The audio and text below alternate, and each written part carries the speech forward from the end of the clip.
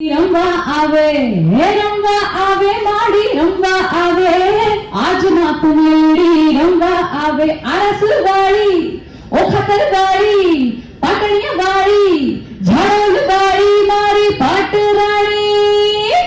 હાય, હું છું હિમાલી વ્યાસ નાયક અને આ વર્ષે નવરાત્રી 2024 માં અમે કરી રહ્યા છે વર્લ્ડ ટૂર.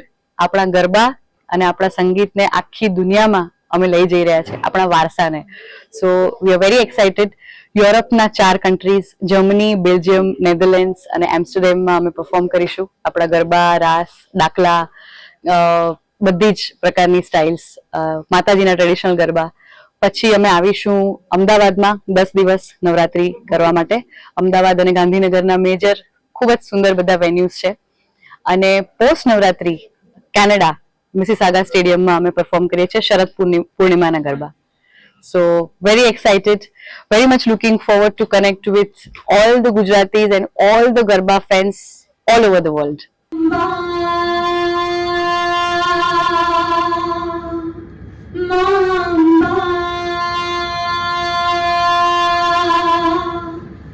જગદંબા માંબા જગદંબા હો માંબા પધારો મારી માત રે. યસ, આ વર્ષે અમારો એક નવો ગરબો આવ્યો જે રિલીઝ થયો છે સારેગામા પર. એનું નામ છે નવખંડ ગરબો. આ ગરબો લખ્યો છે મારા હસબન્ડ ચિંતન નાયકે, જેમણે મારી માટે આની પહેલા પણ ઘણા ગરબા અને ગુજરાતી ગીતો લખ્યા છે.